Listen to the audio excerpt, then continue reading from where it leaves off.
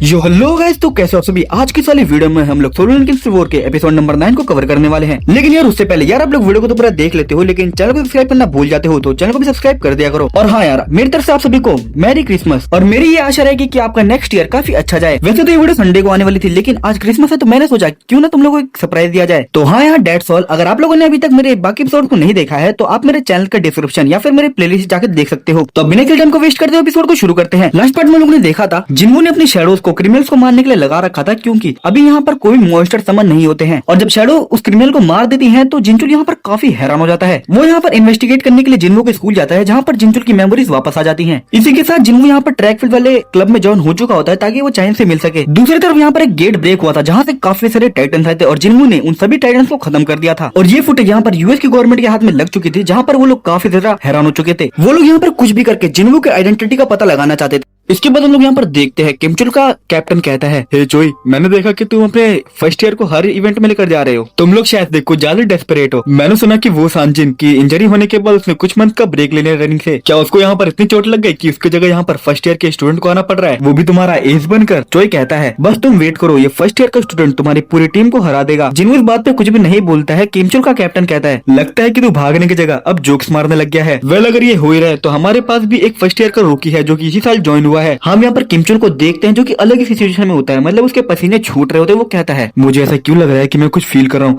आखिर क्यों? मुझे ऐसी इच्छा हो रही है कि मैं इस इंसान के सामने झुक जाऊं और जो कि बिल्कुल ही मेरी सेम एज का है और मैंने आज तक इसको देखा भी नहीं है। कहीं ऐसा तो नहीं कि मुझे एक ऐसे बच्चे से डर लग रहा है जो कि मेरी सेम ग्रेड का है। अब किमचुल यहाँ पर काफी तेज चिल्ला के कहता है, like hell I am gonna lose. किमचुल के कैप्टन को यहाँ पे कुछ भी समझ नहीं आ रहा था। वो कहता है, आखिर क्या हुआ किमचुल? लेकिन तभी हम देखते हैं किमचुल यहाँ पर जिन्वो काफी पास आता है और कहता है, आखिर मुझे ऐसे बंदे से डर कैसे ही लग सकता है जो कि मेरी सेम एज का है। ऐसा हो ही नहीं सकता कि ये मेरे अगेंस्ट जीत जाए। हे, आखिर तुम किस चीज को देख रहे हो? अगर तुम्हारे पास कुछ कहने को है तो जल्दी कहो, या फिर हम इसे स्टेडियम के बाहर में निपटा सकते हैं। जिन्वो की टीम वाले यहाँ पर काफी खुश हो जाते हैं। वो कहते हैं, क्या तुम दोनों अभी लड़ने वाले हो? अभी तक तो कंपटीशन भी स्टार्ट नहीं हुआ। ये ग्रीन वाला बंदा कहता है, जिन्वो बस ये बात का ध्यान रखना कि तुम उसे जान से मत मार देना। जोई कहता है कि कंपटीशन वाले दिन तुम किसी का मर्डर नहीं कर सकते, तुम इसको इग्नोर कर दो। तुम खुद को एक बड़े दिल का आदमी समझो और उसको जिंदा छोड़ दो। जिन्वो कहता है कि ऐसा कुछ भी नहीं होगा, तुम चिंता मत करो। और वो यहाँ पर किमचुल के साथ जाने लगता है। लेकिन तभी जिन्वो की टीम वाले कहते हैं, जिन्वो ये एक प्रॉमिस है, ये अच्छा रहेगा अगर वो लड़का आने के बाद अपने पैरों पर भागे। इसके बाद हम लोग यहाँ पर देखते हैं किमचुल यहाँ पर जिन्वो को स्टेडियम के बाहर लेकर आ जाता है। किमचुल यहाँ पर जिन्वो को कॉलर पकड़ लेता है और कहता है, हे, क्या मैं तुम्हें इजी टारगेट लगता हूँ? जस्ट बिकॉज क्योंकि हम लोगों ने सेम यूनिफॉर्म पहनी है और हम लोग यहाँ पर स्टेडियम में हैं। हम यहाँ पर जिन्वो के प्रोस्पेक्टिव से देखते हैं जहाँ पर सभी शेडोज आपस में बात कर रही होती हैं। टस कहता है, इसको देख के काफी अच्छा लगा। इग्रिस कहता है, तो ओरिजिनल आयरन अब वापस से जिंदा है। वेल, इग्रिस ने मारा था आयरन को पिछले वर्ल्ड में। बीरू कहता है, ये तो अपना आयरन है। विलन कहता है, मेरे किंग, अगर अब मुझे परमिशन दे तो मैं इसको एक सबक सिखाना चाहूंगा ताकि ऐसी हरकत दोबारा ना करे। लेकिन तभी हम यहाँ पर देखते हैं किमचुल यहाँ पर रोने लगता है। उसको यहाँ पर खुद को समझ नहीं आ रहा होता कि आखिर उसके साथ क्या हो रहा है। किमचुल यहाँ पर अपने घुटनों पर आ जाता है और वो कहता है, आखिर क्यों? जिन्वो यहाँ से जाने लगता है और सोच रहा होता है, किमचुल अब एक ह्यूमन की तरह जिंदगी बिता रहा है, ना कि मेरे एक शैडो सोल्जर की तरह। मुझे शायद उसको अकेला छोड़ देना चाहिए। लेकिन तभी किमचुल कहता है, रुको, कहीं ये फीलिंग प्यार तो नहीं? लाइक लिटरली भाई, जिन्वो को इससे काफी अजीब फीलिंग आ रही होती है। वो कहता है, व्हाट द हेल, आखिर तू किस बारे में बात कर रहा है? जिन्वो यहाँ पर किमचुल की मेमोरीज को इरेज कर देता है और किमचुल के अंदर एक नई मेमोरीज को डाल देता है कि यहाँ पर तुमने मेरे साथ फाइट करी, लेकिन तुम्हें पता चला कि मैं तुम्हारे फादर के दोस्त का फ्रेंड हूँ, तो अब तुम मेरे साथ अच्छे से व्यवहार करते हो। ऑल्सो अब तुम एक अच्छे इंसान हो। जिन्वो जाते हुए कहता है, तुम उन लोगों में से हो जिसने की इस दुनिया को प्रोटेक्ट करने के लिए फाइट करी है, तो तुम्हें अपने ऊपर प्राउड होना चाहिए। हम देखते हैं किमचुल भी यहाँ पर अपने होश में आ जाता है, लेकिन वो यहाँ पर काफी हैरान होता है। इसके बाद सीन यहाँ पर डायरेक्ट स्टेडियम की तरफ शिफ्ट होता है जहाँ पर कंपटीशन स्टार्ट होने वाला था। सीन शिफ्ट होता है, यहाँ पर एक घर को देखते हैं। मिस्टर ब्रैनन यहाँ पर आए होते हैं और वो कहते हैं, आपसे मिले काफी समय हो गया मिस सेलर। हम यहाँ पर मिस सेलर को देखते हैं जो कि यहाँ पर गेट को खोलती है और कहती है, तुम यहाँ पर अंदर आओ देव। ब्रेनन कहता है, मेरे को यहाँ पर खाने की स्मेल आ रही है, क्या मैंने आपको इंटरप्ट कर दिया? मिस सेलर कहती है, एक्चुअली मेरे पास यहाँ पर एक और गेस्ट है जो कि यहाँ पर कुछ समय पहले ही आया है। ब्रेनन कहता है, अगर ऐसी बात है तो मैं डायरेक्ट पॉइंट पर आता हूँ, मैं आपका ज्यादा टाइम नहीं लूंगा। मिस सेलर कहती है, देव, मैंने तुम्हें पहले भी बताया है, मैं अब कुछ भी फ्यूचर में नहीं देख सकती हूँ, जब से वो मुझे देखने आया था। ब्रेनन एक स्माइल के साथ कहता है, ओ, तो आप गॉड ऑफ डेथ की बात कर रही है? मिस सेलर यहाँ पर एक स्माइल करती है और कहती है, मैं उस क्वेश्चन का आंसर देती हूँ जो कि तुम पूछने वाले हो। तुम्हारे पहले क्वेश्चन का आंसर है हाँ, और जो सेकंड क्वेश्चन है उसका है नो। ब्रेनन कहता है, वेट, आखिर आपको कैसे पता चला? मिस सेलर कहती है, मुझे कैसे पता चला कि तुम कुछ पूछने वाले हो? भले ही मैं फ्यूचर को नहीं देख सकती हूँ। देव, जिस क्वेश्चन के बारे में तुम पूछना चाहते हो वो पास्ट के बारे में है। मैंने सिर्फ पास्ट में देखा और चीज का आंसर बताया जिसका कि जवाब तुम्हें चाहिए था। क्या तुम्हें और भी डिटेल में जानना है? देव, मैं जानती हूँ कि आखिर तुम किसके बारे में पूछना चाहते हो, लेकिन मैं तुम्हें उसके बारे में कुछ भी नहीं बताऊंगी। ब्रेनन यहाँ पर पैनिक हो जाता है और कहता है, मिस सेलर, आखिर आपको पता होना चाहिए कि आखिर उस बच्चे ने क्या किया है। वो कोई ऐसा है जो कि हमारी कंट्री के लिए काफी बड़ा थ्रेट बन सकता है। आखिर आप इसको लेकर कैसे मना कर सकती हैं? मिस सेलर कहती हैं, मैं जानती हूँ कि मैं आखिर ऐसा क्यों कह रही हूँ। तुमने भी उस दिन की फुटेज को देखा है, मैंने सही कहा ना? ब्रेनन भी उस चीज को याद करते हुए कहता है, मैंने उस लड़के को देखा जिसके सामने काफी सारे मॉन्स्टर थे, इसके बावजूद भी वो पीछे नहीं हटा। भले ही उसकी पावर काफी ज्यादा डरावनी और खतरनाक हो, लेकिन एट द एंड उसने ह्यूमैनिटी को बचाने के लिए ये सब किया। इसके बाद मिस सेलर कहती है, क्या तुम्हें भरोसा होगा अगर मैं तुम्हें कहूँ कि ये पहली बार नहीं है जब कुछ ऐसा हुआ है? ये सुनने के बाद ब्रेनन यहाँ पर काफी हैरान हो जाता है। ब्रेनन कहता है, क्या ऐसा पहले भी हो चुका है? आप ये कह रही हैं कि ह्यूमैनिटी ने ऐसे थ्रेट्स को काफी बार सामना किया है, लेकिन उसके बारे में हम लोगों को अभी तक नहीं पता है। शायद से मिस सेलर सही है, शायद वो लड़का सच में। इसके बाद हम यहाँ पर देखते हैं ब्रेनन यहाँ से जाने लगता है और कहता है, क्या आप इस बात की गारंटी ले सकती हैं कि वो जो लड़का है फुटेज में वो बिल्कुल भी डेंजरस नहीं है? मिस सेलर कहती है, हाँ मैं इस बात की गारंटी ले सकती हूँ। इसके बाद ब्रेनन कहता है, ऑलराइट देन, तो मैं ऐसा प्रिटेंड करूंगा कि मैंने ये नहीं सुना आपको कहते हुए कि आप उस लड़के को जानती हैं। वेट देव, मैंने यहाँ पर कुछ कुकीज को बनाया है, क्या तुम इसे अपने साथ लेकर जाना चाहोगे? ब्रेनन कहता है, मुझे ये नहीं चाहिए, मैं आपसे मिलने आता रहूंगा। इसके बाद हम यहाँ पर मिस सेलर के पीछे एक लड़के को देखते हैं जो कि कहता है, मुझे वो बुड्ढा बिल्कुल ही पसंद नहीं आया, क्या आप चाहते हैं कि मैं उसे संभाल लूं? मिस सेलर कहती हैं, थॉमस क्या तुम भूल गए कि तुम्हें प्रोफेशनल फाइटिंग से बैन क्यों कर दिया गया था, अगर तुमने अपने आप को दोबारा से दिक्कतों में डाल दिया? इसके बाद मिस सेलर यहाँ पर थॉमस को कुकीज दे देती है। थॉमस कहता है, क्या मैं आपसे कुछ पूछ सकता हूँ? अगर मुझे हटा दिया जाए तो मेरे अलावा काफी सारे लोग उस कार इंसिडेंट में मर सकते थे। मेरे को ऐसा लग रहा है कि ये सब पहले भी हो चुका है, लेकिन थैंक्स टू योर प्रोफेसी मैं एक्सीडेंट्स को अवॉइड कर सकता हूँ। आखिर आपने मुझको पहले क्यों बचाया था? मिस सेलर कहती हैं, क्योंकि तुमने अपनी पिछली जिंदगी में काफी अच्छे काम किए थे। थॉमस कहता है, ऐसा है क्या? मैं थॉमस आंद्रे हूँ, एक बैड बॉय नहीं, डेविल ऑफ यूएफसी। इसके बाद थॉमस पूछता है मिस सेलर से, आखिर उस वीडियो वाले लड़के ने ऐसा क्या कर दिया कि वो बुड्ढा यहाँ पर उसको ढूंढते हुए आ गया? मिस सेलर कहती है, उसने दुनिया को बचाया है। थॉमस यहाँ सोच रहा होता है कि काफी बार मैं ये नहीं बता पाता कि ये लेडी यहाँ पर मजाक कर रही है या फिर सच बोल रही है। थॉमस कहता है, तो आखिर वो हीरो भी कहाँ पर है जिसने की दुनिया को बचाया है, और आखिर वो क्या कर रहा है? मिस सेलर कहती है, मैं इसको लेकर श्योर नहीं हूँ। उसके बाद सीन शिफ्ट होता है, हम यहाँ पर चाहिन को देखते हैं और जिन्हू यहाँ पर चाहिन के सामने खड़ा होता है और जिन्हू यहाँ पर अभी अडल्ट हो चुका है। इसके बाद हमें फ्लैशबैक को दिखाया जाता है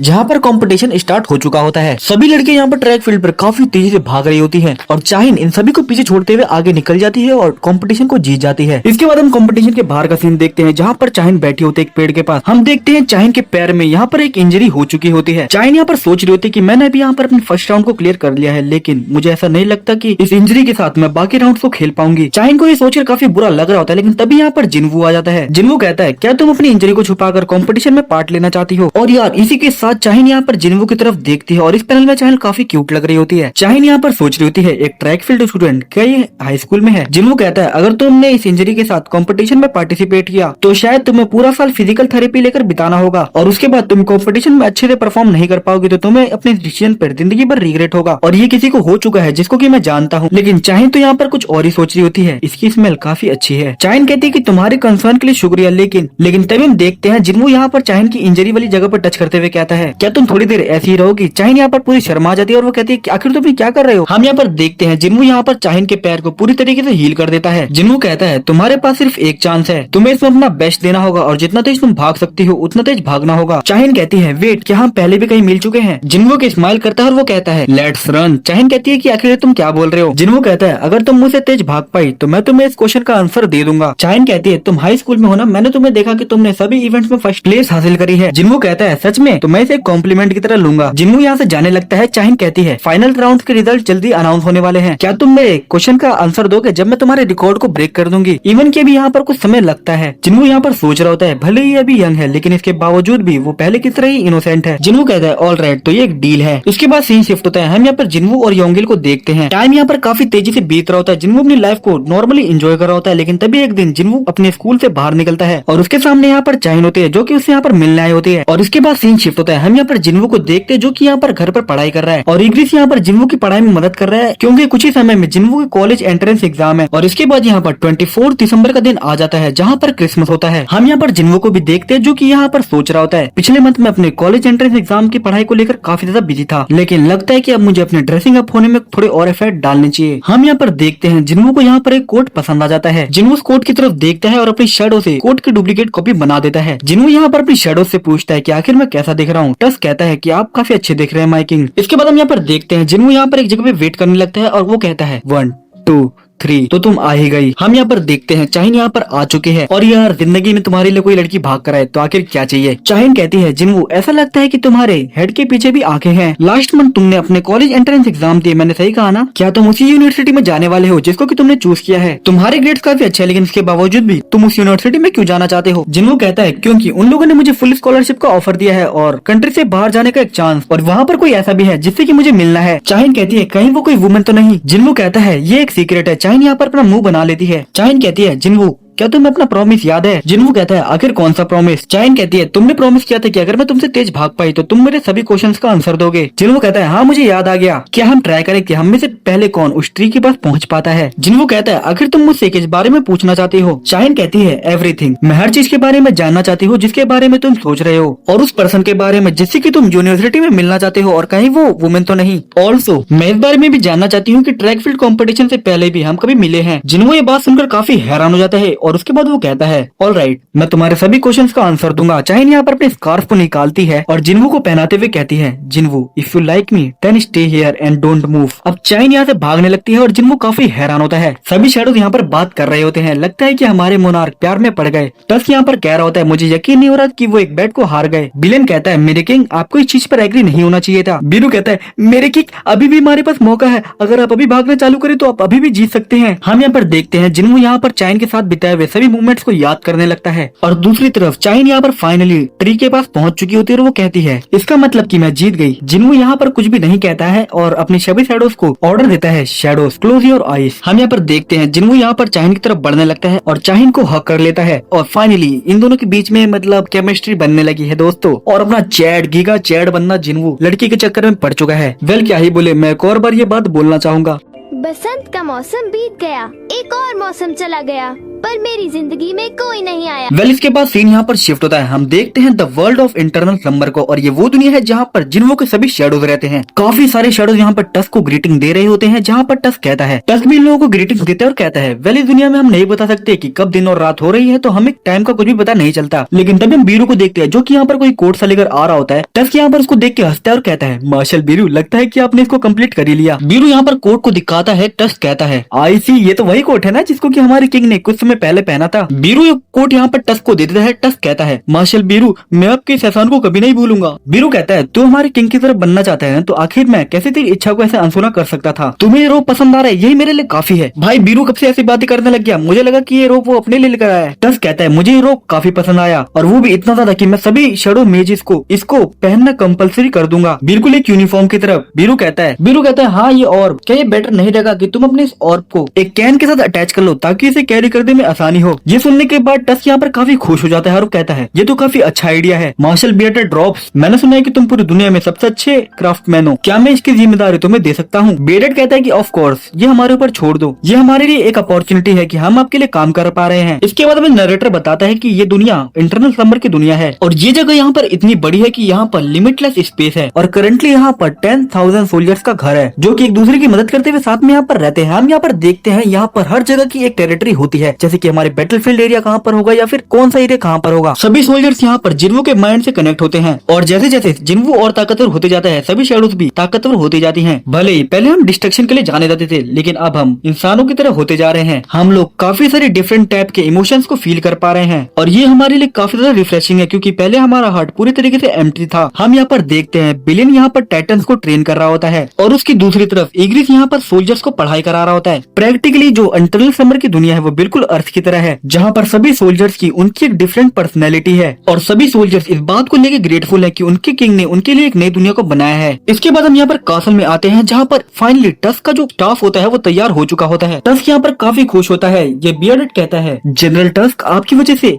ये और भी ज्यादा अच्छा लग रहा है। टस्क कहता है तुम काफी अच्छा फैशन जानते हो, लेकिन तभी हम देखते हैं यहाँ पर काफी सारे टाइटन्स आ जाते हैं। टस्क कहता है कि आखिर तुम मेजिस यहाँ पर क्या कर रहे हो? ये सभी टाइटन्स कहते हैं कि लॉर्ड बिलन ने हम लोगों को यहाँ पर इस एरिना में भेजा है। टस्क यहाँ पर सोच रहा होता है कि उन सोल्जर्स में से कुछ मेजिस भी थे। टस्क यहाँ पर सोच रहा होता है कि क्यों ना इन टाइटन्स की बॉडीज के ऊपर ही अपना टेस्ट कर लिया जाए। वेरी वेल, तो अब मुझे बताना चाहिए कि हमारे किंग और ड्रैगन किंग के बीच में जो पहली बैटल हुई थी उसमें मेरा क्या रोल था, और जो कॉन्ट्रीब्यूशन मैंने डायमेंशनल लिफ्ट में दिया तो तुम इसे ध्यान से सुनना। लेकिन तभी हम देखते हैं यहाँ पर इग्रिस आ जाता है और वो कहता है टस्क आखिर तुम कब तक ये फेंकते रहोगे। अब भाई सभी सोल्जर्स की यहाँ पर ईगरी से फटती है तो टस्क कहता है मैं बस हमारे सोल्जर्स को बताने ही वाला था कि कैसे हमारे किंग ने इस रोप के साथ काफी सारी अचीवमेंट्स को अचीव किया है। आखिर तुम्हारी हिम्मत कैसी हुई कि तुमने इसको फेंकू बोला। I love you Marshal. Igris को यहाँ पर कुछ भी समझ नहीं आता। वो कहता है मैं तुम्हारी इस लॉयल्टी के लिए हमेशा शुक्रगुजार रहूंगा। टस्क कहता है एनीवे आखिर क्या चीज तुम्हें यहाँ पर खींच लाई। ईगरिस कहता है कि ऑलमोस्ट टाइम हो चुका है। क्या सभी सोल्जर्स को जो कि जनरल है या फिर उनके ऊपर रैंक के हैं उनको जमा होकर अपने किंग को ग्रेट नहीं करना था। टस्क यहाँ पर विंडो से बाहर देखता है और वो काफी ज्यादा हैरान हो जाता है। क्या हमारे किंग फाइनली लेडी चाहिन से मिल चुके हैं। ईगरिस कहता है हाँ तुमने सही कहा। और यहाँ पर हम लोग देखते हैं यहाँ पर सभी शैडोज ये देखने के बाद हुर्रे हुर्रे चिल्लाने लगते हैं। अब ईगरिस यहाँ पर ये सब देखते हुए कुछ सोचने लगता है और यार अब तुम लोग यहाँ पर अपनी कुर्सी की पेटियां बांध लो क्योंकि अब हम यहाँ पर ईगरिस का पास्ट देखने वाले हैं। ईगरिस बताता है कि जब वो पहली बार जिन्वो से मिला था तब वो दोनों उस जगह पर मिले थे जिस जगह को एशबॉर्न ने बनाया था। मेरी जॉब ये थी कि वहाँ पर जो ह्यूमन आएगा मुझे उसे टेस्ट करना था। हमारे प्रीवियस किंग एशबॉर्न ने कहा था कि वो इस ह्यूमन को टेस्ट करना चाहते हैं कि वो उनका वेसल बनने की वर्ती है या फिर नहीं। और मुझे उस समय पता चल गया था कि ये हमारे किंग की तरफ से आखिरी ऑर्डर है मेरे लिए। मैं ये कह सकता हूँ कि मैं उनके साथ फेयरवेल नहीं लेना चाहता था और जब मेरे किंग ने रूलर्स को माफ कर दिया तब उनका इंटरेस्ट वॉर के अंदर खत्म हो गया। तो जब उनको सडनली एक बेकार ह्यूमन के अंदर इंटरेस्ट आने लगा तो मुझे ये पता था कि उनके पास कोई गुड रीजन होगा। मेरे किंग की कमांड मेरे लिए सबसे ऊपर थी। उन्होंने मुझे जो भी ऑर्डर दिए मैंने उसके ऊपर कुछ भी सवाल नहीं उठाए। यहाँ तक मैंने उनके डिसीजन पर आज तक कभी शक नहीं किया और उनके ऑर्डर को मान गया। उन्होंने मेरी ज्यादातर पावर को सील कर दिया। मैं उस जगह पर अकेले खड़ा था जहाँ पर मुझे उस ह्यूमन की एबिलिटी को टेस्ट करना था। ईगरिस यहाँ पर सोच रहा होता है कि इस दुनिया के लोग क्या इस जगह को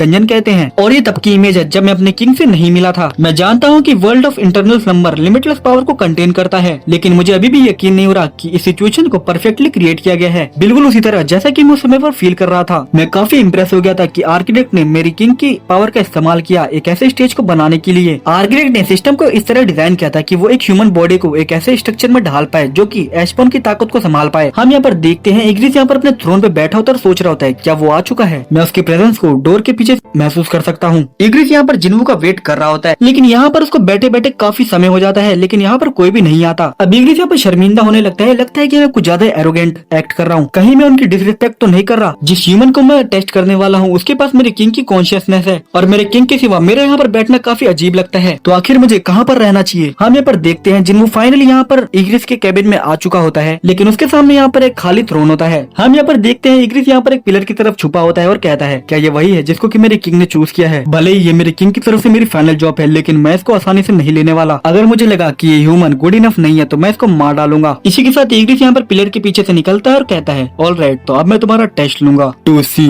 where are you worthy of sitting on this throne. और जब हमारी बैटल शुरू हुई तो जो रिजल्ट थे वो काफी ज्यादा डिसअपॉइंटिंग थे। उस ह्यूमन के पास कोई भी टैलेंट या फिर स्किल नहीं थी जो कि मेरे वीकर वर्जन को भी संभाल पाए। वो बेयरली मेरे अटैक्स को डॉज कर पा रहा था बट वो प्लान कर रहा था कि वो मेरे को बेयर हैंड हरा देगा। मैं एडमिट करता हूँ कि एक ह्यूमन के लिए काफी ब्रेव था और उसकी आंखों में जो डिटर्मिनेशन थी वो भी काफी अच्छी थी लेकिन उसके पास कोई भी ऐसी स्किल नहीं थी जो कि ऐसा वो कर सके। भले उसके पास ऐसी बॉडी नहीं थी जो कि मेरे किंग के लिए एक वर्थी बॉडी थी लेकिन उसका डिटर्मिनेशन काफी अच्छा था। हम यहाँ पर उन पार्ट्स को देखते हैं जहाँ पर ईगरिस यहाँ पर जिन्वो को कुत्तों की तरह मार रहा होता है और उस समय पे हम लोगों को भी लग रहा होता है कि ये एक वन साइडेड बैटल है। आखिर कोई ऐसा कैसे मेरे किंग के वेसल बनने के वर्थी हो सकता है। हार मान लो वीक ह्यूमन, तुम इस थ्रोन के वर्थी नहीं हो और अब मैं तुम्हें एक हॉनरेबल डेथ प्रदान करूंगा। और ये पहली और आखिरी बार था जब ईगरिस खुश था कि उसके किंग किसी चीज में फेल हो गए हैं। अगर ये ह्यूमन उनकी पावर्स को इनहेरिट करने के काबिल नहीं है इसका मतलब कि मेरे किंग कुछ और समय तक मोनार्क बने रह सकते हैं। ईगरिस यहाँ पर जिन्वो को मारने वाला होता है लेकिन तभी जिन्वो यहाँ पर ईगरिस की स्वॉर्ड को पकड़ लेता है और उस समय मैं काफी हैरान हो गया था। बात ये नहीं थी कि उसने मेरे अटैक को ब्लॉक कर दिया था, मैं इस बात से ज्यादा हैरान था कि उसने गिव अप करने से मना कर दिया था। बट क्या सच में मैं एक ह्यूमन से इस तरह हारने वाला हूँ।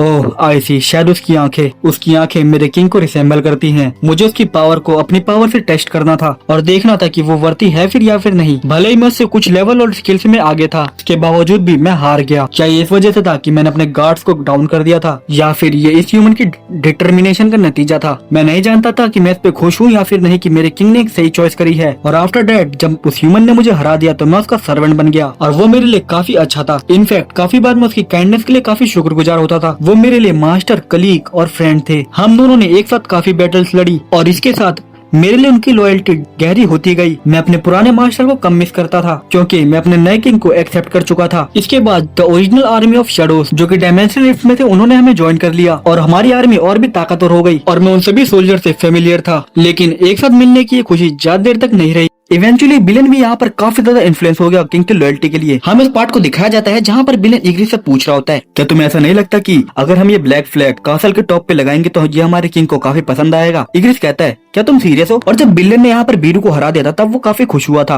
और हमने देखा था कि जिन्मो का फ्लैग्स को लेकर रिएक्शन कुछ अच्छा नहीं था और जल्दी हम लोगों ने अपने आप को मुनाक से लड़ने के लिए समर्पित कर दिया। हमारे किंग ताकतवर होते गए और उनके साथ हम भी ताकतवर होते गए। इवन की कप ऑफ रिइंकार्नेशन का इस्तेमाल करने के बावजूद भी जो वॉर थी वो चलती रही। हम लोगों ने 30 इयर्स तक लड़ाई लड़ी और अपने एनिमीज की आर्मी को डिस्ट्रॉय कर दिया और फिर सिर्फ डिस्ट्रक्शन की आर्मी बची। हम यहाँ पर देखते हैं एक ड्रैगन यहाँ पर इग्रिस को मैनिपुलेट करने की कोशिश करता है। इग्रिस, तुम शैडो आर्मी के 2 विंग्स में से एक थे, क्या तुम्हें उस मोनार्क जो कि पहले ह्यूमन था उसके ऑर्डर मानने में शर्म नहीं आती? इग्रिस भले ही उस ड्रैगन को मार देता है लेकिन वो खुद से सवाल करता है, भले ही मैं अपने न्यू किंग के साथ लड़ने के लिए खुश था लेकिन मैंने अपने प्रीवियस किंग के बारे में बिल्कुल भी नहीं सोचा। मैं नहीं जानता कि ऐसा कब हो गया लेकिन एक पॉइंट पर आने के बाद मेरे प्रीवियस किंग मेरी मेमोरी से पूरी तरीके से वैनिश हो गए थे। आफ्टर ऑल इसका मतलब ये तो नहीं कि मैं अपने प्रीवियस किंग को भूल चुका हूँ। ग्रीड और आयरन भले ही पिछले दुनिया के सभी मेमोरीज को भूल चुके हैं और अभी एक ह्यूमन की तरह जी रहे हैं, बट मैं अभी भी किंग की साइड हूँ। ये बस कुछ ऐसा है जैसे कि मेरे प्रीवियस किंग के लिए जो मेरी फीलिंग्स थी वो मेरे नए किंग के लिए ट्रांसफर हो चुकी है। I am the night of my master sword, I am the one of the 2 wings of the shadow army. हम यहाँ पर उस पार्ट को देखते हैं जहाँ पर इग्रिस जिन्वो को पढ़ा रहा होता है और कहता है, मेरे किंग फर्स्ट आंसर सही है लेकिन जो सेकंड आंसर है वो गलत है। जिन्वो कहता है, हाँ सच में तुमने सही कहा, आखिर मेरी जगह पर कौन मेरे किंग को असिस्ट कर सकता है? ग्रैंड मार्शल बिलियन जिसके पास एक माउंटेन जैसी बॉडी है, या फिर मार्शल बिलू भले ही वो स्मार्ट हो लेकिन एट द एंड वो एक इंसेक्ट है। मैं किंग नाइट्स एकेडमी से ग्रेजुएट हुआ हूँ, वो भी काफी अच्छे ग्रेड्स के साथ, तो मेरे को किंग को असिस्ट करना चाहिए। जिन्वो कहता है, क्वेश्चन नंबर 14 का फर्स्ट आंसर सही है, क्या तुम पूरी तरीके से सेकंड आंसर के लिए श्योर हो? इग्रिस इस पे कुछ नहीं बोलता लेकिन इसके बाद वो बुक में चेक करने लगता है जहाँ पर वो देखता है कि फर्स्ट आंसर ही सही है। इग्रिस कहता है, लगता है कि मुझे अभी थोड़ी ट्रेनिंग की जरूरत है मेरे किंग, लगता है कि मुझे